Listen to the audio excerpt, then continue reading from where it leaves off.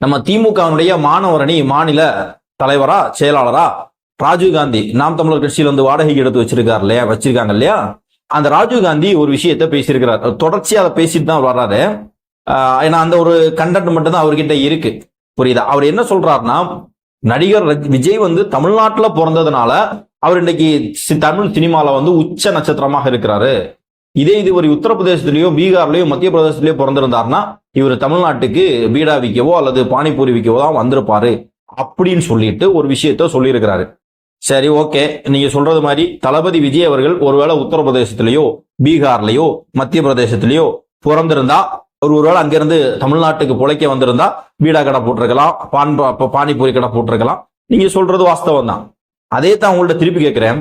ஒருவேளை மு.க. ஸ்டாலின் கருணாநிதிக்கு வீட்டுல பிறக்கல, கருணாநிதிக்கு மகனா பிறக்கல, இவன் தமிழ்நாட்டிலே பிறந்திருந்தா இப்ப நான் கலெக்டராக இருந்திருப்பாரு, இல்ல பெரிய சினிமா ஹீரோவா இருந்திருப்பாரா, இல்ல பெரிய அரசியல்வாதியா இருந்திருப்பாரா?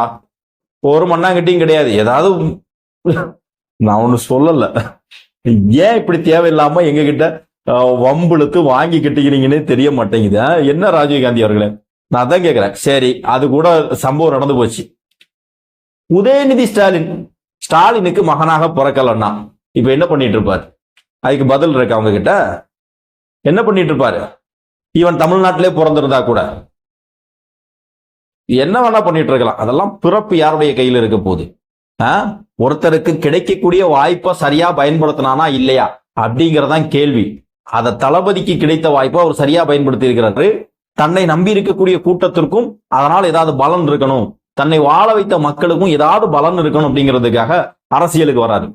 அப்ப அதை அரசியல் ரீதியாக எதிர்கொள்வதற்கு திராடியும் தெம்பும் திமுக இருக்கக்கூடிய ஒருத்தனுக்கும் கிடையாது. அதனாலதான் ஒரு பக்கத்துல தனி மனித தாக்குதல், இன்னொரு பக்கத்துல இந்த மாதிரி கற்பனையான கதைகள்.